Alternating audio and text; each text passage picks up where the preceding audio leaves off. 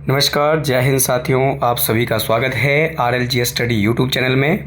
आज की वीडियो में हम बात करेंगे वैदिक लिटरेचर पार्ट नंबर सेकंड यानी वैदिक साहित्य या वैदिक सभ्यता भाग नंबर 2 के बारे में हम बात करेंगे। पिछली वीडियो में हमने भाग नंबर 1 में वैदिक सभ्यता के संदर्भ में हमने बात किया था 4 वेदों के बारे में, उपनिषदों के बारे में, उपवेदों के बारे में और ब्राह्मण ग्रंथ और आर्य ग्रंथों के बारे में हमने बात की थी।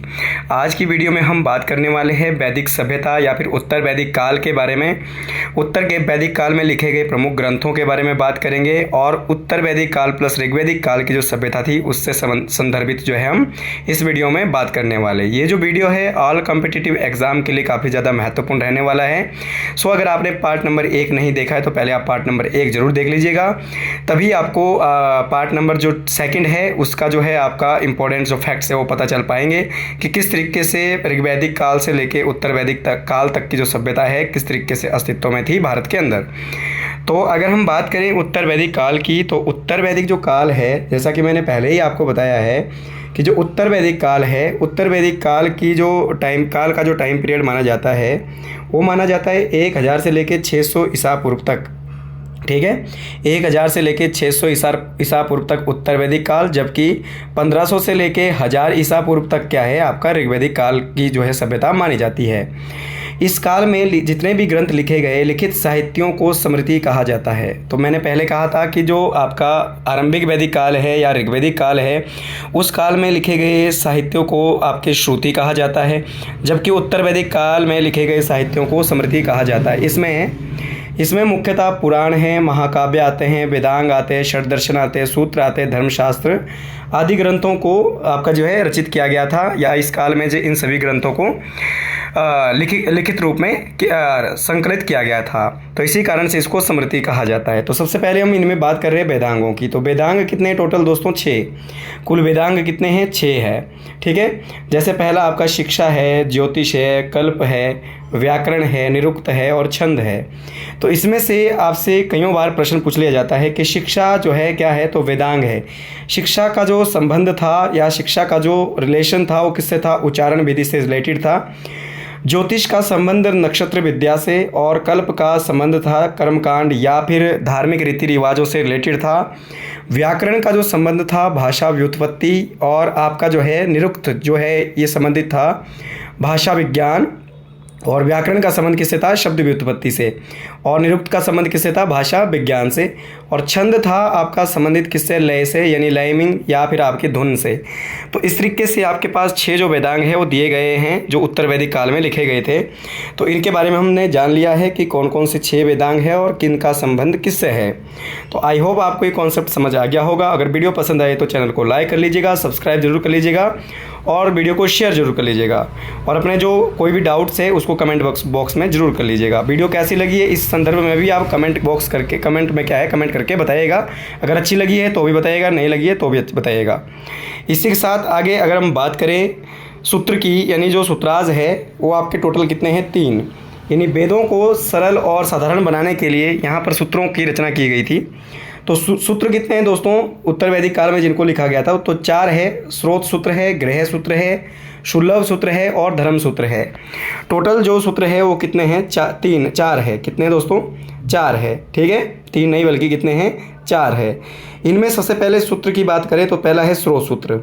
इसमें विभिन्न यज्ञों से संबंधित उल्लेख मिलता है, जैसे अश्वमेध यज्ञ था, राजसूय यज्ञ था या फिर वाजपेयी यज्ञ था। इसमें यज्ञों से संबंधित जो उल्लेख है वो किया गया है स्रोत सूत्र के अंदर।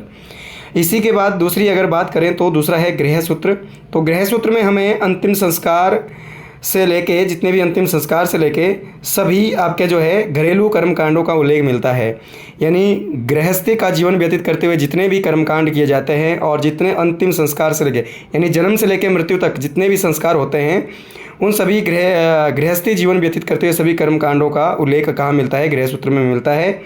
तीसरा है आपका शुल्लभ सूत्र। शुल्लभ सूत्र की अगर बात करें तो इसमें रेखा गणित के सिद्धांतों का उल्लेख किया गया है, जो आगे यज्ञ विधियों को करने में सबसे महत्वपूर्ण भूमिका निभाते थे। रेखा गणित जो आपके सिद्धांत थे, इसके अलावा धर्म सूत्र की अगर बात करें तो धर्म सूत्र में इसमें सामाजिक नियमों का उल्लेख किया गया है। समाज में जितने भी आपके जो नियम हैं, आपके जो जितने भी नियमों और आपकी जो संरचनाओं का उल्लेख किया गया है वो सारे के सारे धर्म सूत्र के अंदर आपका वर्णन मिलता है। ठीक है, इसी के साथ अगर हम आगे बात करें सूत्रों के बाद धर्मशास्त्र की, तो धर्मशास्त्र क्या है? तो दोस्तों धर्मशास्त्र जो है प्राचीन कानूनों का संग्रह से संबंधित क्या है, एक धर्मशास्त्र ग्रंथ के रूप में है।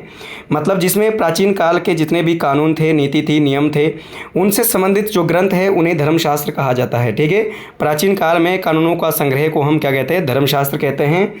और इसमें सबसे प्राचीन जो धर्मशास्त्र है वो है मनुस्मृति। कौन सी? मनुस्मृति, जिसकी रचना महाराज मनु के द्वारा की गई थी। और आपने ध्यान रखना कि जो महाराज मनु थे, इन्हें विश्व का पहला कानूनदाता माना जाता है। इन्हें विश्व का पहला कानूनदाता माना जाता है। तो आपने मुझे कमेंट में बताना है कि महाराज मनु का जो मंदिर है पूरे भारत में एकमात्र मंदिर है, हिमाचल प्रदेश में कहाँ और किस जगह पर स्थित है? महाराज मनु का एकमात्र जो मंदिर है वो हिमाचल प्रदेश के किस जिले में और कहाँ पर स्थित है? एकमात्र मंदिर है पूर्ण भारत में, संपूर्ण भारत में। तो ये था हमारे धर्मशास्त्र के बारे में। सबसे प्राचीन जो धर्मशास्त्र है वो कौन सा है? मनुस्मृति। कौन सी? मनुस्मृति, जिसकी रचना महाराज मनु के द्वारा की गई थी और मनु को विश्व का पहला कानूनदाता माना जाता है। ठीक है, तो प्राचीन काल के जितने भी कानूनों से संबंधित जितने भी ग्रंथ है, कानून संग्रहों को क्या कहते हैं? धर्मशास्त्र कहा जाता है। इसी के साथ अगर हम आगे बात करें तो आगे हम बात करेंगे महाकाव्यों की। तो महाकाव्य कितने हमारे पास? 2 है दोस्तों। कौन कौन से? रामायण है और दूसरा महाभारत है। एक आपकी रामायण और दूसरी आपकी महाभारत। तो सबसे पहले हम बात कर रहे हैं यहाँ पर रामायण के बारे में। इसे आदि काव्य कहा जाता है, यानी महाभारत से पूर्व ये लिखा गया था या महाभारत से पहले इसकी रचना की गई थी, इसलिए सबसे प्राचीन महाकाव्य है। इसकी जो रचना है महर्षि वाल्मीकि के द्वारा की गई थी और प्रारंभ में इसमें 6000 श्लोक थे और कालांतर में आपके 12000 श्लोक हो गए और अभी वर्तमान की अगर बात करें तो लगभग इसमें 24000 श्लोक है। ये भगवान राम और उनके जो जीवन से संबंधित जो कथाएं हैं उनके ऊपर जो है आपके लिखित है। राम और रावण से संबंधित जो प्रमुख युद्ध हुआ था उससे रिलेटेड ये आपका महाकाव्य लिखित है। खासकर राम जीवन के ऊपर ये आधारित है। इसमें कुल 7 कांड हैं दोस्तों। कितने कांड है? 7। बालकांड, अयोध्या कांड, आरण्य कांड, किष्किंधा कांड, सुंदर कांड, युद्ध कांड और उत्तर कांड। ठीक है, इसमें कुल कितने कांड हैं? 7 कांड है। कईयों बारी प्रश्न आ जाता है कि निम्नलिखित में से युद्ध कांड कौन से नंबर का कांड है, सुंदर कांड कौन सा नंबर? क्रमशः आपके 1 से लेकर 7 तक आपके यहाँ पर बताए गए हैं। आपका कौन कौन सा? बाल कांड है, अयोध्या कांड है और आरण्य कांड है, आपका किष्किंधा कांड है, सुंदर कांड है, युद्ध कांड है और उत्तर कांड है। ये कुल आपके कितने कांड है? 7 कांड है।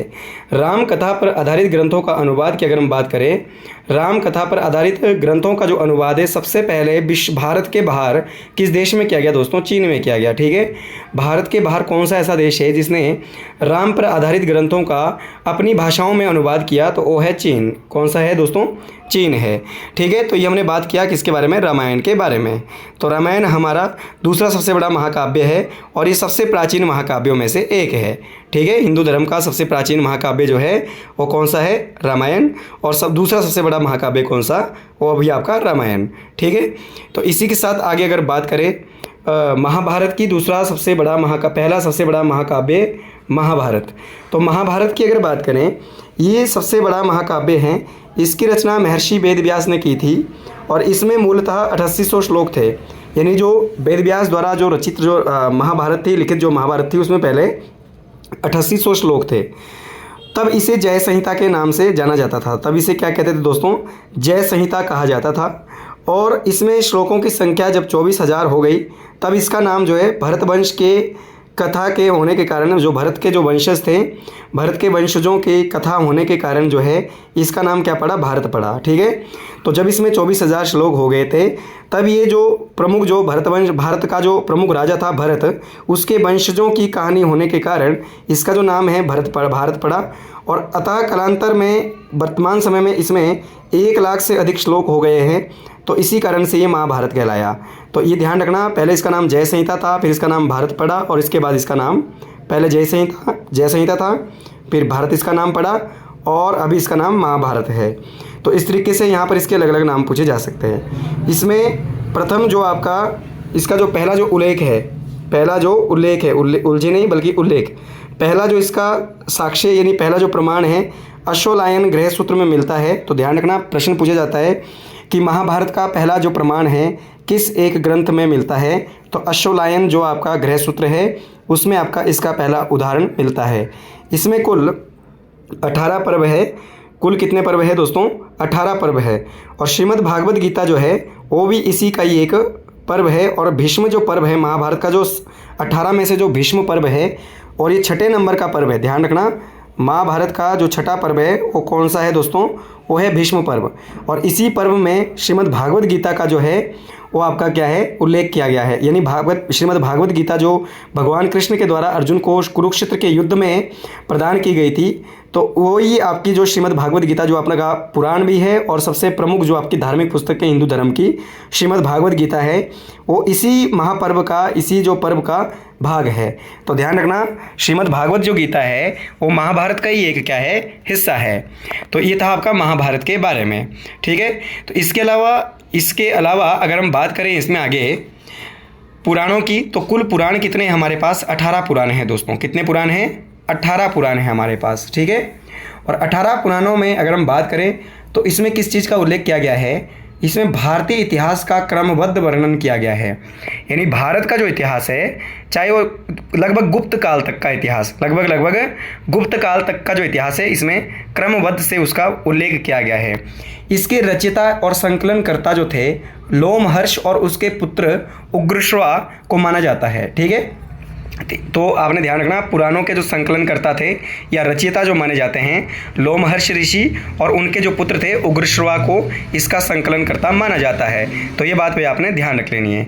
इसके अलावा अगर आपको जो है हिस्ट्री, पॉलिटी, ज्योग्राफी और हिमाचल जीके से रिलेटेड या स्टैटिक जीके से रिलेटेड किसी प्रकार के कोई हैंडमेड नोट्स चाहिए हो तो आप जो है आप जो है कॉन्टैक्ट कर सकते हैं 7807099856। इस पे आप या तो मैसेज कर लीजिएगा और या फिर आप जो है कांटेक्ट या फिर आपके कांटेक्ट या कॉल भी कर सकते हैं। तो आपको इसमें एनसीईआरटी बेस्ड जो हैंडमेड जो नोट्स है वो आपके उपलब्ध करवाए जाएंगे। तो इसमें और मिनिमम प्राइस में, बिल्कुल ठीक है। इसी के साथ अगर हम आगे बात करें तो आगे की जो है पुराणों के बारे में अगर आगे देखें तो जैसा कि हमने देखा कि लोमहर्ष जो ऋषि है वो आपके और उग्रश्रवा जो उसके पुत्र थे उन्हें जो है पुराणों का संकलन करता माना जाता है। इसके अलावा सबसे प्राचीन जो पुराण है उसे कहते हैं मत्स्य पुराण। ये जो सबसे प्राचीन पुराण है कौन सा है दोस्तों? मत्स्य पुराण है। और इन पुराणों में गुप्त काल तक के प्राचीन इतिहास का वर्णन किया गया है। जैसा कि मैंने पहले ही बताया है कि लगभग पुराणों में जितने भी हमारे जो गुप्त काल तक के जितने भी राजवंश हैं उनको जो है क्रम अनुसार इसमें उल्लेख किया गया है। इसके अलावा इसमें विभिन्न राजाओं और उनके वंशावलियों का भी उल्लेख मिलता है। पुराण का अर्थ ही प्राचीन होता है दोस्तों। पुराण का अर्थ ही क्या होता है? प्राचीन।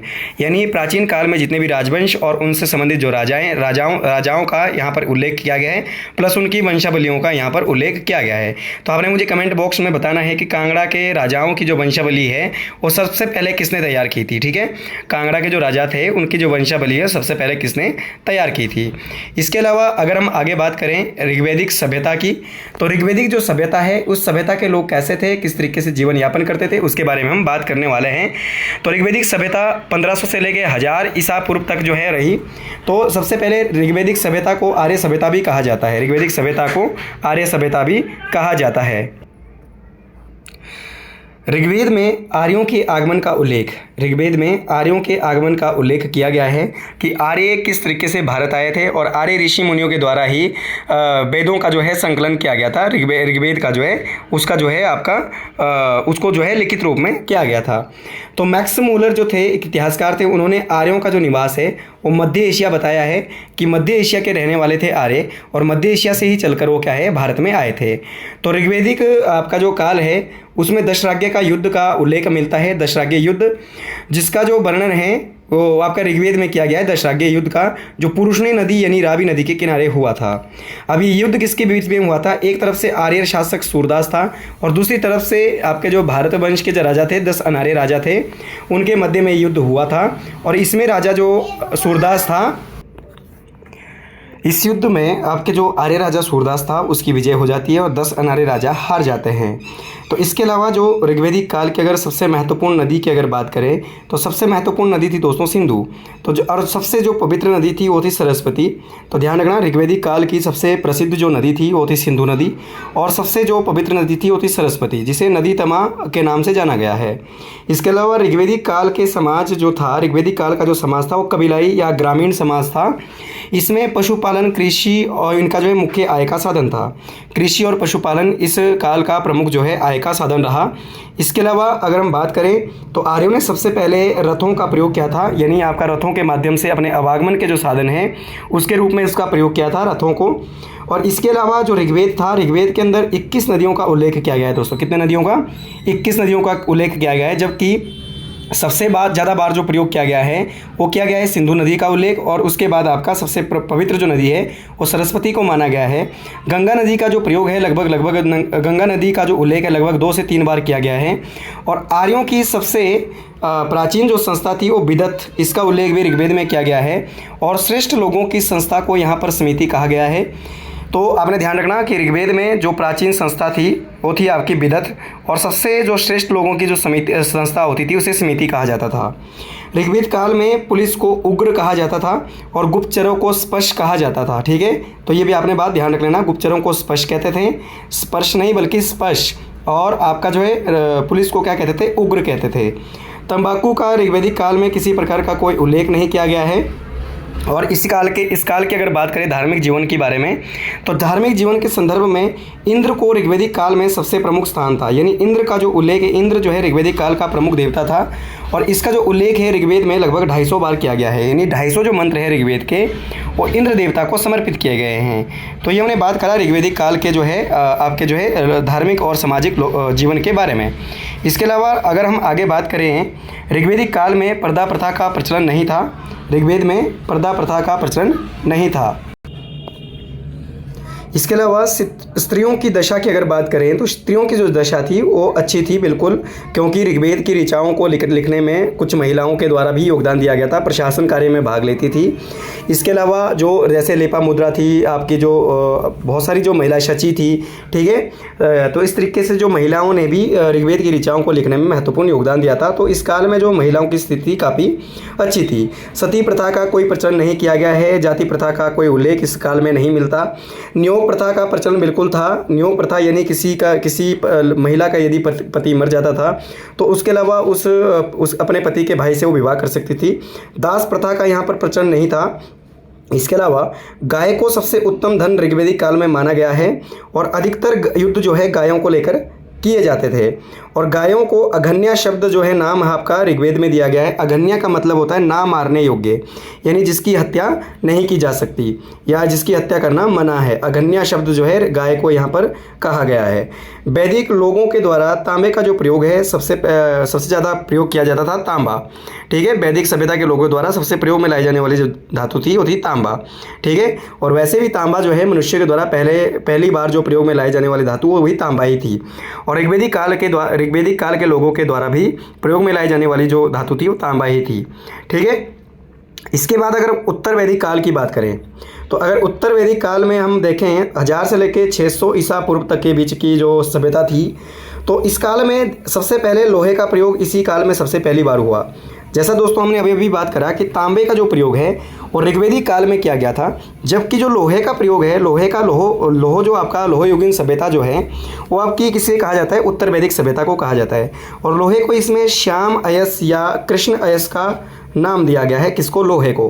ठीक है, इस सभ्यता में नगरों का विकास हुआ था, जो कईयों सारे जो छोटे छोटे जो जनपद है वो आपके अस्तित्व में आए, जबकि जो इससे पहले की जो सभ्यता थी वो ग्रामीण या कबीलाई सभ्यता थी।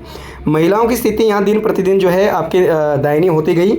तो यहाँ पर जो महिलाएं हैं काफ़ी ज़्यादा उनका जो है उनका दास प्रथा का प्रचलन बढ़ने लगा, या फिर पर्दा प्रथा का प्रचलन बढ़ने लगा। इस प्रकार की प्रथाएँ यहाँ पर अस्तित्व में आने लग गई। इसके अलावा इस काल की अगर हम बात करें तो इसमें इंद्र का जो प्रभाव है काफ़ी ज़्यादा कम हो जाता है, और प्रजापति को यहाँ पर लोगों के द्वारा अपना जो है इष्ट देवता बनाया गया था। यानी प्रजापति जो थे वो इस काल के प्रमुख देवता थे, जबकि ऋग्वेदिक काल के प्रमुख देवता कौन थे? इंद्र थे। तो ये हमने बात करा उत्तर वैदिक और ऋग्वेदिक सभ्यता के बारे में, उत्तर वैदिक और ऋग्वेदिक काल के सामाजिक, आर्थिक और राजनीतिक जीवन के बारे में हमने बात किया। ठीक है, इसी संदर्भ में अगर हम आगे बात करें, इंपॉर्टेंट पॉइंट्स की बात करें, तो महत्वपूर्ण तथ्य ऋग्वैदिक और उत्तर वैदिक काल से रिलेटेड। तो सबसे पहले ऋग्वैदिक काल में 16 संस्कारों का प्रचलन किया गया था, यानी जन्म से लेकर मृत्यु तक जो व्यक्ति के 16 संस्कार है उनके बारे में बात की थी। तो इसमें बिल्कुल क्रमशः 1 से लेकर 16 तक दिए गए हैं। जैसे पहला है आपका गर्भधान, दूसरा है आपका पुंसवन, तीसरा सीमांतोनयन है, चौथा आपका जातक कर्म है, उसके बाद नामकरण, निष्क्रमण संस्कार, अन्नप्रसन्ना, चूड़ाकर्म और आपका कर्ण छेदन था, विद्यारंभ, उपनयन, वेदारंभ, केशांत और समावर्तन प्लस विवाह, और लास्ट में अंतिम संस्कार यानी अंत्येष्टि आपकी जो है बात की गई है। तो ये उल्लेख किया गया है 16 संस्कारों का ऋग्वेद के अंदर। तो इसके अलावा अगर हम आगे बात करें, इसमें 8 प्रकार के विवाह का उल्लेख मिलता है। 8 प्रकार के विवाह कौन कौन से? सबसे पहला ब्रह्म विवाह, इसके अलावा देव विवाह था, आर्ष विवाह था, प्रजापति विवाह था, असुर विवाह और गंधर्व विवाह प्लस राक्षस विवाह और आपका पिशाच विवाह। तो ये जो 8 प्रकार के विवाह है इसमें जो है ऋग्वेद के अंदर इनका उल्लेख किया गया है। इसी के साथ दोस्तों हमने बात करी आज की वीडियो में ऋग्वैदिक उत्तर वैदिक काल के बारे में, और पिछली वीडियो में हमने बात किया था ऋग्वैदिक सभ्यता और ऋग्वैदिक काल और ऋग्वैदिक साहित्यों के बारे में हमने बात की थी। ऋग्वैदिक साहित्य कौन कौन से थे, किस काल में लिखे गए थे, ऋग्वैदिक काल कब से कब तक था, उत्तर वैदिक काल में कौन कौन से साहित्य लिखे थे, वेद कितने हैं, पुराण कितने हैं, उपनिषद कितने हैं, कौन सा उपवेद किस वेद से संबंधित है, इन तमाम चीज़ों को लेकर के हमने इन वीडियो में आपकी जो है बात की है। आई होप आपको वीडियो ये दोनों पार्ट पसंद आए होंगे। अगर आपने दोनों पार्ट देखे हैं तो आई एम श्योर कि आप जो है काफ़ी ज़्यादा जो हेल्प आपको एग्ज़ाम के अंदर इससे मिलेगी। इसी के साथ अगर आपको हैंडमेड नोट्स की आपके जो है नीड है तो आपको मिनिमम प्राइस में आपको जो है यहाँ पर हैंडमेड मिल जाएंगे, हैंडमेड नोट्स मिल जाएंगे जो आपके हिस्ट्री है, Indian history, Indian ancient history, modern history, medieval history और आपके जो हिमाचल जीके हैं प्लस आपका हिमाचल जीके के ज्योग्राफिकल पार्ट है, आर्ट एंड कल्चर है, आपका प्रशासन है और पॉलिटिकल साइंस प्लस आपका ज्योग्राफी प्लस आपका स्टैटिक जीके जो कि एनसीईआरटी बेस्ड पर रहेंगे, आधारित रहेंगे। अगर आपको नीड है तो आप इस कॉन्टैक्ट नंबर पर क्या है कॉल कर सकते हैं या फिर आपका मैसेज कर सकते हैं। ठीक है, ये है आपका कॉन्टैक्ट नंबर 7807099856। ठीक है, 7807099856। इस नंबर पर या तो आप कॉन्टैक्ट कर लीजिएगा या फिर आप मैसेज कर लीजिएगा। इसी के साथ जय हिंद, जय भारत, जय हिमाचल।